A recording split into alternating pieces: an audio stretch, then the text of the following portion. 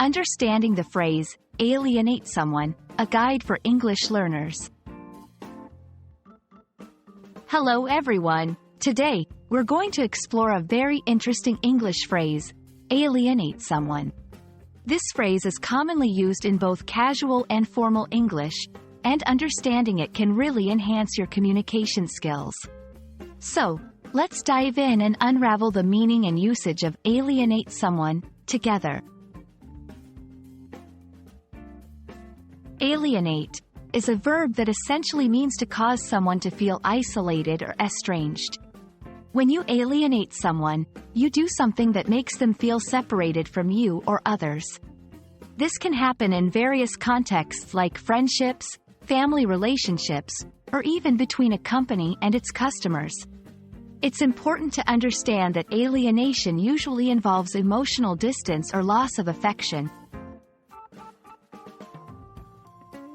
To understand this phrase better, let's look at some examples. His constant criticism alienated his colleagues. Here, the person's continuous criticism made his colleagues feel distant or unfriendly towards him. The company's new policy alienated its customers.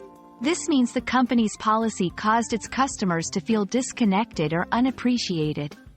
These examples show that alienation can be the result of actions, words, or decisions that push others away emotionally. It's useful to know words with similar or opposite meanings. Synonyms for alienate include disaffect, estrange, and isolate. On the other hand, antonyms would be unite, endear, or reconcile. Understanding these can help you better grasp the concept and use it in various contexts.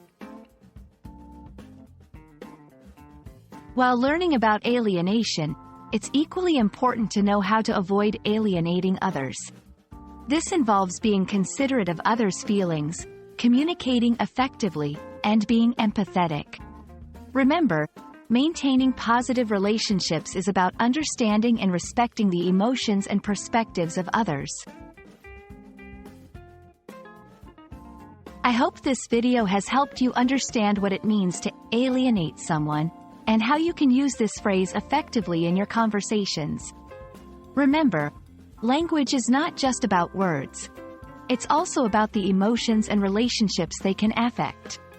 Keep practicing, and you'll become more proficient and sensitive in your English communication. See you in the next video.